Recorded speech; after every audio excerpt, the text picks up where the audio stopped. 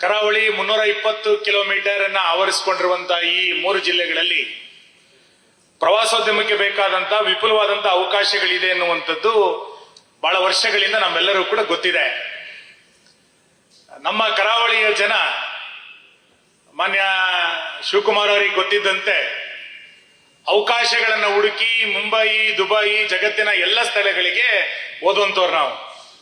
ಅಲ್ಲಿ ಸಾಕಷ್ಟು ರೀತಿಯಾದಂತಹ ಬಂಡವಾಳಗಳನ್ನು ಹಾಕಿ ಅಲ್ಲಿ ಉದ್ಯಮವನ್ನ ಪ್ರಾರಂಭ ಮಾಡಿದಂತ ಕೀರ್ತಿ ನಮ್ಮ ಜಿಲ್ಲೆಯ ಜನರಿಗಿದೆ. ಇಲ್ಲೂ ಕೂಡ ಉದ್ಯಮಗಳನ್ನ ಪ್ರಾರಂಭ ಮಾಡಬೇಕು ಅನ್ನುವಂತ ಆಸಕ್ತಿಗಳು ನಮ್ಮ ನಡುವೆ ಇದೆ.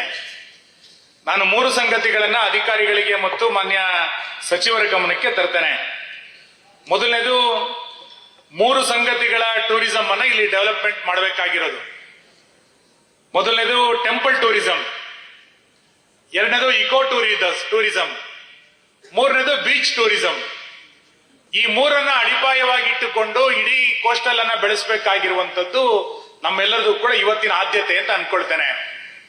ಸುಳ್ಯದಿಂದ ಬೈಂದೂರಿನ ತನಕ ಈ ಪ್ರದೇಶಗಳಲ್ಲಿ ಪಶ್ಚಿಮ ಘಟ್ಟವನ್ನು ತಾಗಿಕೊಂಡಂತ ಕರಾವಳಿಯ ಪ್ರದೇಶ ಇದು.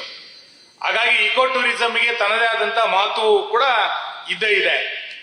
ಮಾನ್ಯ ವಿಧಾನಸಭಾ ಅಧ್ಯಕ್ಷರು ಮತ್ತು ವಿಶ್ವೇಶ್ವರಯ್ಯ ಮಾತಾಡಿದಾಗ ನಮ್ಮಲ್ಲಿ ಟೂರಿಸಂಗೆ ಬೇಕಾದಂತ ಅವಕಾಶಗಳಿದ್ರೂ ಕೂಡ ಯಾಕೆ ಇದನ್ನ ಮಾಡ್ಲಿಕ್ಕೆ ಆಗ್ಲಿಲ್ಲ ಅಂತಂದ್ರೆ ಕೆಲವು ನಿಯಮಗಳು ನಮಗೆ ಬಹಳ ದೊಡ್ಡ ಪ್ರಮಾಣದಲ್ಲಿ ಅಡ್ಡಿಯನ್ನ ನಿರ್ಮಾಣ ಮಾಡ್ತಾ ಇದೆ.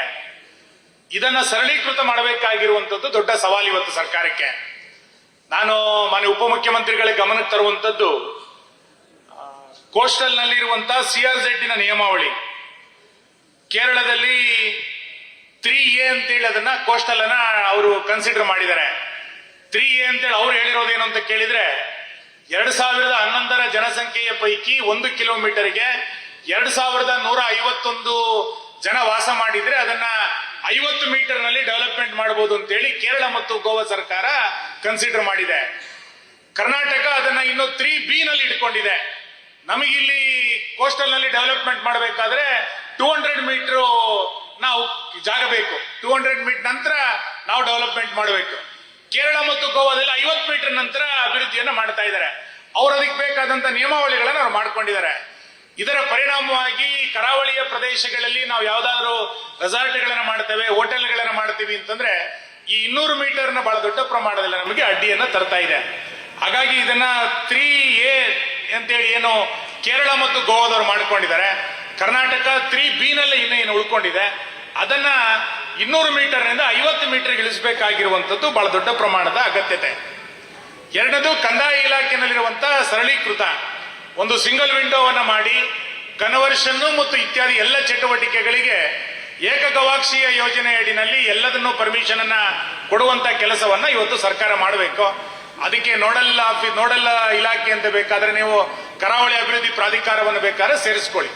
ಆದ್ರೆ ಒಂದು ವಿಂಡೋದಲ್ಲಿ ಎಲ್ಲ ಪರ್ಮಿಷನ್ಗಳು ಸಿಗುತ್ತೆ ಎನ್ನುವಂಥದ್ದು ಬಹಳ ಅಗತ್ಯ ಇದೆ. ಇದನ್ನು ಮಾಡಬೇಕಾಗಿರುವಂತದ್ದು ಎರಡನೇ ಕೆಲಸ ಅಂತ ಅನ್ಕೊಳ್ತೇನೆ. ಮೂರನೇದು, ಕೇಂದ್ರ ಸರ್ಕಾರದ ಸಹಾಯವನ್ನು ತೆಗೆದುಕೊಂಡು ನಮಗೆ ದೊಡ್ಡ ಪ್ರಮಾಣದಲ್ಲಿ ಇಕೋ ಟೂರಿಸಂಗೆ ತೊಂದರೆ ಆಗ್ತಾ ಇರುವಂತದ್ದು ಇಕೋ ಸೆನ್ಸಿಟಿವ್ ಝೋನ್. ಬಹಳ ದೊಡ್ಡ ಪ್ರಮಾಣದಲ್ಲಿ 3 ಕಿಲೋಮೀಟರ್ ಮತ್ತು 9 ಕಿಲೋಮೀಟರ್ನ ತನಕ ಇಕೋ ಸೆನ್ಸಿಟಿವ್ ಝೋನ್ಗೆ ಇವತ್ತು ಆಕ್ಷೇಪಣೆಗಳನ್ನ ಅರಣ್ಯ ಇಲಾಖೆಯವರು ಆಗ್ತಾ ಇರುವಂತದ್ದು. ಹಾಗಾಗಿ ಆ ಪಶ್ಚಿಮ ಘಟ್ಟದ ಪ್ರದೇಶದಲ್ಲಿ ಏನು ಇವತ್ತು ಬೆಳವಣಿಗೆಗಳು ಆಗ್ಬೇಕಾಗಿದೆ ಇದನ್ನೆಲ್ಲರೂ ಒಂದು ಕಡೆಗೆ ರಾಜ್ಯ ಸರ್ಕಾರ ಕೇಂದ್ರ ಸರ್ಕಾರ ಜೊತೆಗೆ ಮಾತುಕತೆಯನ್ನು ಮಾಡಿ ಇಕೋ ಸೆನ್ಸಿಟಿವ್ ಝೋನಿನ ನಿಯಮಾವಳಿಗಳನ್ನ ಸಡಿಲಪಡಿಸಬೇಕಾಗಿರುವಂತದ್ದು ಅಗತ್ಯ ಅಂತ ನಾನು ಅನ್ಕೊಳ್ತೇನೆ. ಈ 3 ಹಿನ್ನೆಲೆಯನ್ನ ಇಟ್ಟುಕೊಂಡು ಟೆಂಪಲ್ ಟೂರಿಸಂ ಅಲ್ಲೇ ಬೇಕಾದ್ರೆ ನೀವು ಸಾಂಸ್ಕೃತಿಕ ಪ್ರವಾಸೋದ್ಯಮ ಅಂತ ಅನ್ಕೊಂಡು ಇಲ್ಲಿಯ ನಾಗಮಂಡಲ, ಇಲ್ಲಿಯ ಬ್ರಹ್ಮಕಲಶ, ಇಲ್ಲಿಯ ಕಂಬಳ, ಇಲ್ಲಿಯ ಹುಲಿವೇಷ ಈ ಎಲ್ಲ ವಿಷಯವನ್ನು ಕೂಡ ಸಾಂಸ್ಕೃತಿಕ ಪ್ರವಾಸೋದ್ಯಮ ಅಂತ ಅನ್ಕೊಂಡು ಸೇರಿಸ್ಕೊಂಡ್ರೆ ಬಹಳ ಒಳ್ಳೇದಾಗತ್ತೆ ಅಂತ ನಾನು ಅನ್ಕೊಳ್ತೇನೆ. ಇನ್ನು ನಮ್ಮ ಇಲಾಖೆನಲ್ಲಿ ಇದೆ ಕೋಳಿ ಅಂಕ, ಅದನ್ನು ಸೇರಿಸ್ಕೊಳ್ಳಿ. ಇದ್ರ ಜೊತೆನಲ್ಲಿ ಒಳನಾಡ ಸಾರಿಗೆ ಬಹಳ ದೊಡ್ಡ ಪ್ರಮಾಣದಲ್ಲಿ ಮಾತಾಡಿದಾಗ ಹೇಳಿದ್ರು, ನಮ್ಮಲ್ಲಿ ನೇತ್ರಾವತಿ, ಕಾಳಿ ಈ ಎಲ್ಲ ನದಿಗಳು ಹರಿತಾ ಇದೆ. ಒಳನಾಡಿಗ ಸಾರಿಗೆಯನ್ನ ಕೇರಳದವರು ಏನು ಅಭಿವೃದ್ಧಿ ಮಾಡಿದಾರ ಆ ರೀತಿ ನಮ್ಮಲ್ಲಿ ಇನ್ನೂ ಸ್ಟಾರ್ಟೇ ಆಗಲಿಲ್ಲ. ಇಲಾಖೆ ಇದೆ.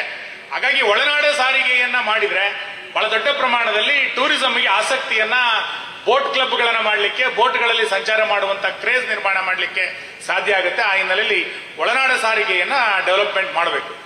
ಈಗಾಗಲೇ ಉಡುಪಿ ಜಿಲ್ಲಾಡಳಿತದಿಂದ ಕೊಣಾಜೆಯಿಂದ ಮಣಿಪಾಲದ ತನಕ ಅಲ್ಲಿ 5 ಮೆಡಿಕಲ್ ಕಾಲೇಜ್ ಇದೆ, ಇಲ್ಲೊಂದು ಮೆಡಿಕಲ್ ಕಾಲೇಜ್ ಇದೆ.